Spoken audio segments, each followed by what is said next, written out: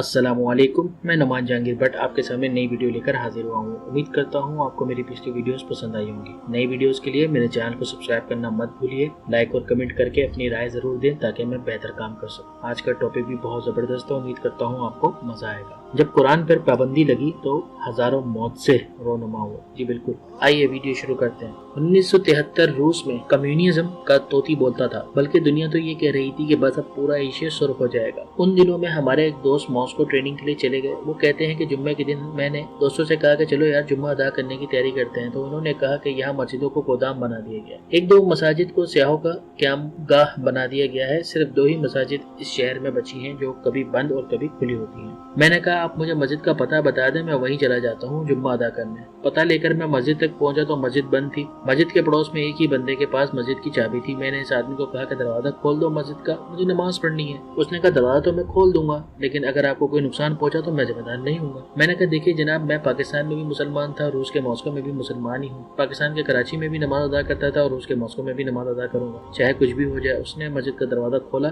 तो अंदर मस्जिद का माहौल बहुत खराब था। मैंने जल्दी जल्दी सफाई की और मस्जिद की हालत अच्छी करने की कोशिश करने लगा। काम से फारिग होने के बाद मैंने बुलंद आवाज से अजान दी। अजान की आवाज सुनकर बच्चे, बूढ़े, मर्द, औरत, जवान सब मस्जिद के दरवाजे पर जमा हुए। ये कौन है जिसने मौत को आवाज दी? लेकिन मस्जिद के अंदर कोई भी नहीं आया। खैर मैंने जुम्मा तो अदा नहीं किया क्योंकि अकेला ही था। बस ज़ोहर की नमाज अदा की और मस्जिद से बाहर आ गया। जब मैं जाने लगा तो लोग मुझे ऐसे देख रहे थे जैसे कि मैं नमाज अदा करके बाहर नहीं निकला, बल्कि दुनिया को कोई नया काम मुतारिफ करवा कर मस्जिद से बाहर निकला। एक बच्चा मेरे पास आया और कहा कि आप हमारे घर चाय पीने आए। इसके लहजे में खलूस ऐसा था कि मैं इनकार ना कर सका। मैं इनके साथ गया तो घर में तरह तरह के पकवान बन चुके थे और मेरे आने पर सब बहुत कुछ दिखाई दे रहे थे। मैंने खाना खाया, चाय पी तो एक बच्चा साथ बैठा हुआ था। मैंने उससे पूछा आपको कुरान पढ़ना आता है? बच्चे ने कहा जी बिल्कुल, कुरान पाक तो हम सबको आता है। मैंने जेब से कुरान का छोटा नुस्खा निकाला और कहा ये पढ़कर सुनो। बच्चे ने कुरान को देखा और फिर मुझे देखा, फिर कुरान को देखा और अपने माँ बाप को देखा। मैंने सोचा इसको कुरान पाक पढ़ना नहीं आता, लेकिन इसने कहा क्योंकि इसको कुरान पाक पढ़ना आता है। मैंने कहा बेटा ये देखो, कुरान की इस आयत पर उंगली रखी और पढ़ा तो वो फरफर बोलने लगा बिना कुरान को देखे ही। मुझे हैरत का एक शदीद झटका लगा कि ये तो कुरान को देखे बिना ही पढ़ने लगा।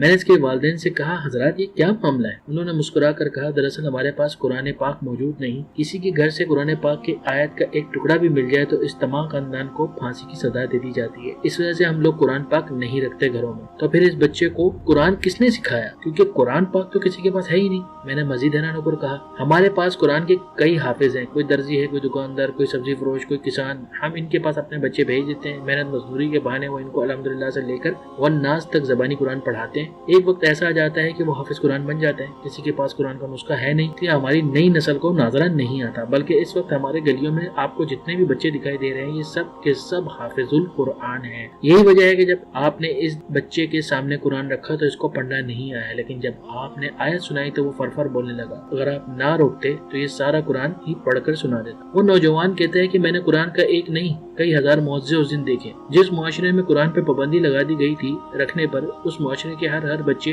बूढ़े, मर्द, औरत के सीनों में कुरान हिफ्ज़ होकर रह गया था। जब मैं बाहर निकला तो कई 100 बच्चे देखे और इनसे कुरान सुनने की फरमाइश की तो सब ने कुरान सुना दिया। मैंने कहा लोगों, तुमने कुरान रखने पर पाबंदी तो लगा दी, लेकिन जो सीने में कुरान मजीद महफूज है उस पर पाबंदी न लगा सके। तब मुझे एहसास हुआ कि अल्लाह पाक के इस इरशाद का क्या मतलब है। बेशक ये जिक्र कुरान हमने नाजिल फरमाया है और बेशक हम ही इसकी हिफाजत करने वाले हैं। हमारे लिए ये लम्हा फिक्रिया है कि कुरान आज हमारे घरों पर सिर्फ सजाने के लिए रह गया है। किसी के इंतकाल पे निकाल लिया जाता है और उसको पढ़ लिया जाता है, और वो एक बहुत मजलूम किताब है जिसको देखा भी नहीं जाता, जबकि हमारी असल तरबियत ही कुरान से है। अगर हम इस कुरान को खोलकर पढ़ें और इसको समझें तो हमें इसके बारे में वाकई पता चले कि ये कितनी मौजज़ाती किताब है और ये कितनी ज़रूरी है हमारे लिए और हमारे बच्चों के लिए और हमारी ज़िंदगी के लिए। अल्लाह ताला हमें इस पे चलने वाला बनाए और इस पे अमल करने वाला बना। आमीन या रब्बुल आलमीन। उम्मीद करता हूँ आपको मेरी वीडियो पसंद आई होगी। इसी तरह मेरे चैनल को सब्सक्राइब करते रहें और अपनी